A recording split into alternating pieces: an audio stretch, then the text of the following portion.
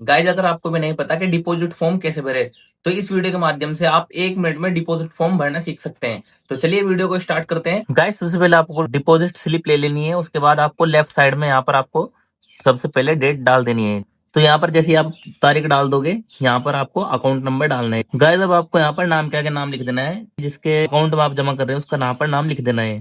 अब यहाँ पर आपको मोबाइल नंबर डाल देना है।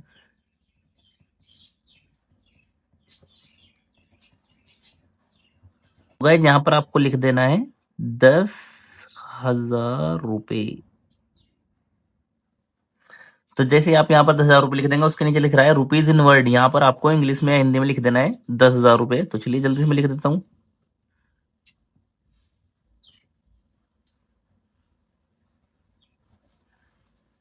$10,000। इसके बाद आपको यहाँ पर गाइज अगर आप कैश जमा कर रहे हैं तो आपको यहाँ पर सीधा कैश पर टिक कर देना है। अगर आप चेक लगा रहे हैं तो चेक का यहाँ पर आपको नंबर डालना होगा। अदर यहाँ पर आपको बैंक का नाम लिख देना है। जल्दी जल्दी से मैं लिख देता हूँ SBI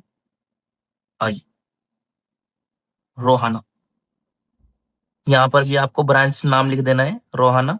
गाइज यहाँ पर क्या होता है, यहाँ पर बहुत सारे आदमी मिस्टेक कर देते हैं। अगर वो शहर में होते हैं तो यहाँ पर शहर का नाम लिखे ब्रांच, ठीक है गाइज। और अगर गांव में है तो गांव की जो ब्रांच है वो लिखे। यानी कि आप जहाँ भी पैसा जमा कर रहे हैं, जहाँ भी आपका अकाउंट है, वहीं की ब्रांच लिखे। गाँव है तो गाँव की, शहर है तो शहर की। तो चलिए गाइज यहाँ पर अब टोटल रकम बता देते हैं। यहाँ पर लिख रहा है टोटल रकम, तो यहाँ पर मैं लिख देता हूँ 10,000। यहाँ पर मैंने 10,000 लिख दिया है। अब गाइज ये तो हो गया है फुल। अब करते हैं राइट साइड में। राइट साइड में भी सेम ही प्रोसेस है, कुछ ज्यादा खास नहीं है। यहाँ पर आपको पैन कार्ड नंबर डाल देना है। पैन कार्ड नंबर डालने की वैसे आवश्यकता नहीं है, क्योंकि वो आपके अकाउंट में पहले ही लगा होता है।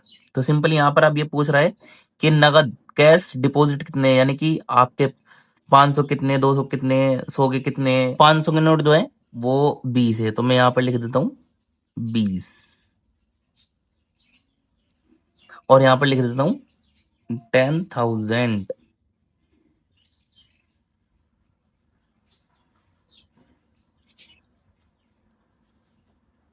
अब गाइज यहाँ पर हमें टोटल लिख देना है, तो यहाँ पर भी हम दोबारा से 10,000 लिख देते हैं।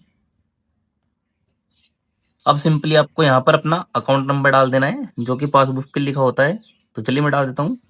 गाइज अब आपको यहाँ पर नाम डाल देना है, जैसे कि हमने वहां डाला था। गाइज यहाँ पर आपको मोबाइल नंबर डाल देना है। गाइज यहाँ पर आपको अभी बोल रहा है रुपीज इन वर्ल्ड, तो यहाँ पर हमें लिख देना है 10,000। तो गाइज यहाँ पर आपको लिख देना है 10,000 ओनली।